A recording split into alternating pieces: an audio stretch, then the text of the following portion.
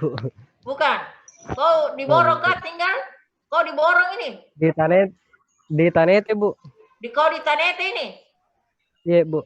Oh. Saya pokoknya kalau dia bahas Bu Naji, borong, saya bilang saya cuma iya. Borong itu, Pak. Kalau orang mau masuk lewat Bulukumba, Pak. Sinjai, daerah Sinjai tapi lewat Tanete. Makanya ini kayaknya dia di Tanete ini di lantai 2 orang ini rumahnya. Sinjai Borong namanya. Jadi salah satu dia triknya itu aja supaya saya tidak banyak bicara kalau dia bahas Sinjai Borong. Jadi saya cuma bilang iya. Dia tidak tahu di situ daerah dingin, Pak. Penghasil kopi memang kalau Sinjai ada memang namanya kopi Borong. Nah, itu ditanya Mas ya, wawancara itu pemilik usaha kopi Borong. Pengusahanya wawancarai bukan penyuluhnya. Ada memang kopi Borong. Ada Pak, ada. Kopi Arabica itu kan terkenal di sana itu. Pak Latif itu tahu karena peminum kopi. Saya kira berarti, itu saja kalau saya.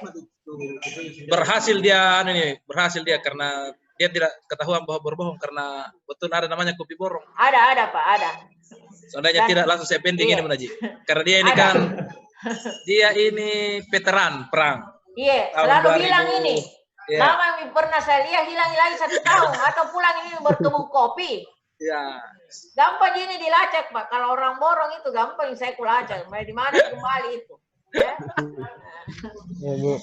Iya, saya kira itu saja Pak Irfan. Terima kasih. Silakan Pak Billy. Bapak Dr. Nasrullah dulu, Pak. Iya, Pak Dr. Nasrullah, silakan Pak. Baik, makasih Pak Irfan. Jadi tamu yang ku tahu saya itu kopi dari Topidi. Ada kampung di satu nama Topidi, di situ saya ambil kopi. Oh iya. Ya. Jadi kopi-kopi yang diedarkan di beberapa ini Gunawan. Kalau tadi mau bahas juga cita rasa kayaknya berat. Karena cita rasa itu bukan dari kopinya saja tapi cara mengolahnya. Mulai beda itu dengan yang ditumbuk manual dengan yang diproses dengan yang ada di rumah-rumah kopi sekarang yang pabrik, beda. Jadi kalau cita rasanya itu sangat lama lagi karena harus mulai dari proses ininya kopi. Ya. Jadi yang disarankan Munajid tadi itu satu saja. Nah, namun yang saya mau tekankan di sini adalah biji kopi itu ya, yang saya pahami itu biji kopi seperti yang pernah diteliti oleh S2. Biji kopi itu ternyata ada namanya kopi betina dan kopi jantan. Jadi S2 itu meneliti bahwa ternyata kopi betina itu yang paling bagus kualitasnya, aromanya. Nah itu. Nah, jadi salah satu itu kalau misalnya Anda mau ini kualitas, coba kau cari-cari nanti hasil penelitiannya itu yang menentukan jenis kopi itu ada betina dan kopi jantan.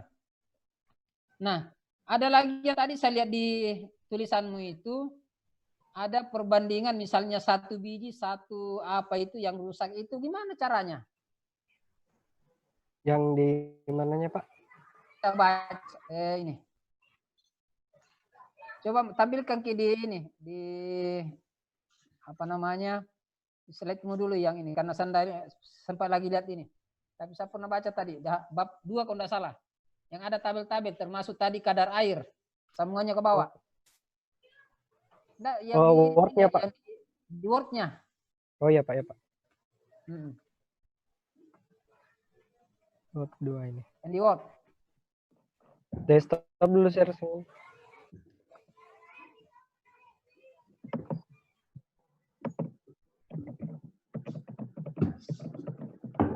Di Word-nya bab 2. Ada tabel yang di bawah itu yang kaitannya tadi kualitas ada kadar air, kadar ini. Terus ke bawah. Bisa perbesar sedikit.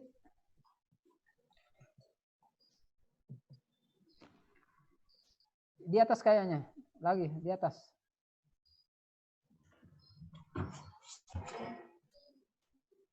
Terus Ya ini nih. Nah, oke.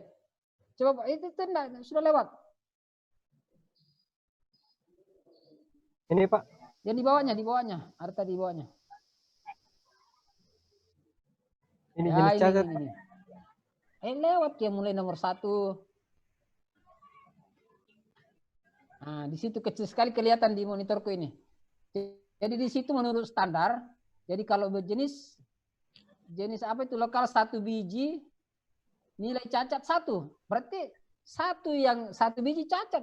Berarti gimana caranya? Coba analisanya itu. 1 biji hitam, 1 biji nilai catat 1. Ada lagi 1 biji hitam sebagian, nilai cacatnya setengah. 1 biji hitam pecah 1/2. Iya Pak. Nah kalau ini yang mau dicari lagi di dalam biji kopi itu bagaimana? Waduh, gimana mau ini menentukan kualitas? Kalau gimana caranya menentukan bahwa misalnya 1 kilo kopi itu ada biji hitam misalnya sekian biji di dalam?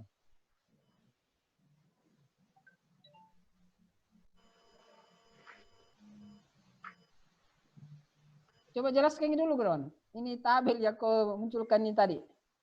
Yang ini Pak, yang biji hitam sebagian Pak. Enggak kan itu, artinya begini. Kalau misalnya saya ambil 1 kilo kopi, bagaimana caranya menentukan bahwa ada bijinya di dalam, misalnya ada 5 yang hitam.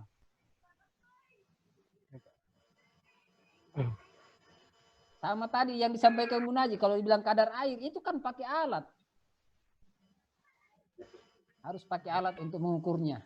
Tidak bisa langsung hanya sekedar dilihat atau dipegang, oh ini kadar airnya sekian.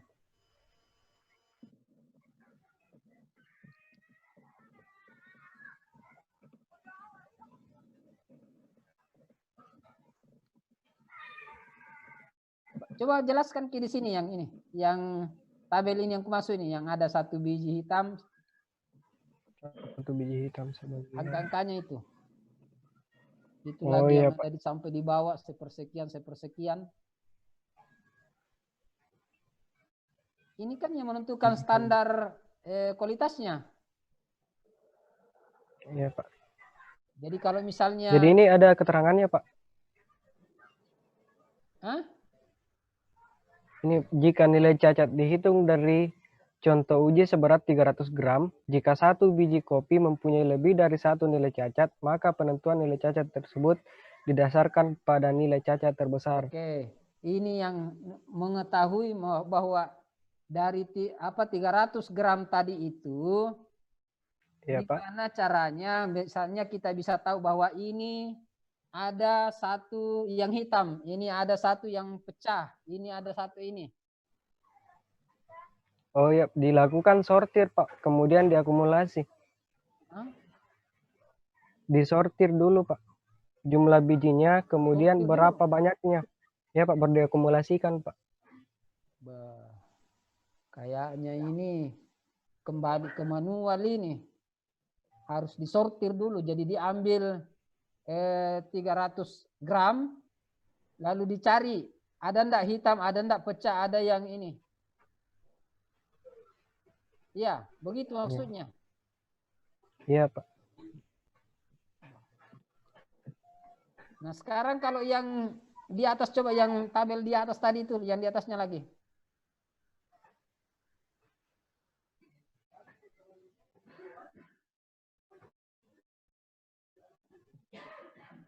Ya, yang ini. Ini kan tunggu, ada di situ kan syarat mutu umum. Yep. Ya. Di situ ada serangga hidup. Apakah di situ? Iya Pak. Iya Pak, serangga hidup. Nomor 3 itu serangga hidup. Maksudnya gimana kalau ini biji kopi Ya, ini? Nomor 3. Nomor 3. Jika biji kopinya itu Pak terdapat Pak. Jika ada hama